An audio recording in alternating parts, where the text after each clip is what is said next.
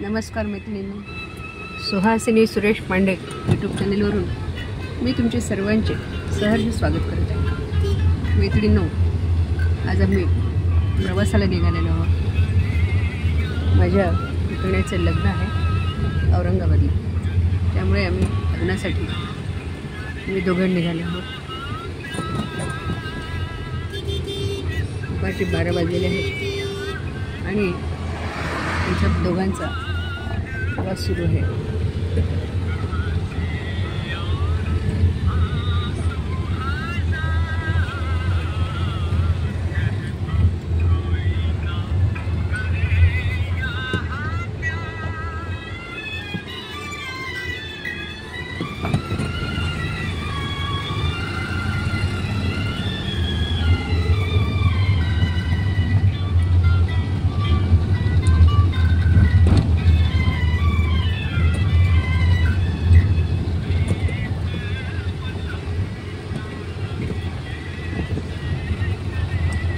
माझे धाकटे दीर आहेत औरंगाबादला, त्यांचा मुलगा पुण्याला असतो बरं का, नोकरी।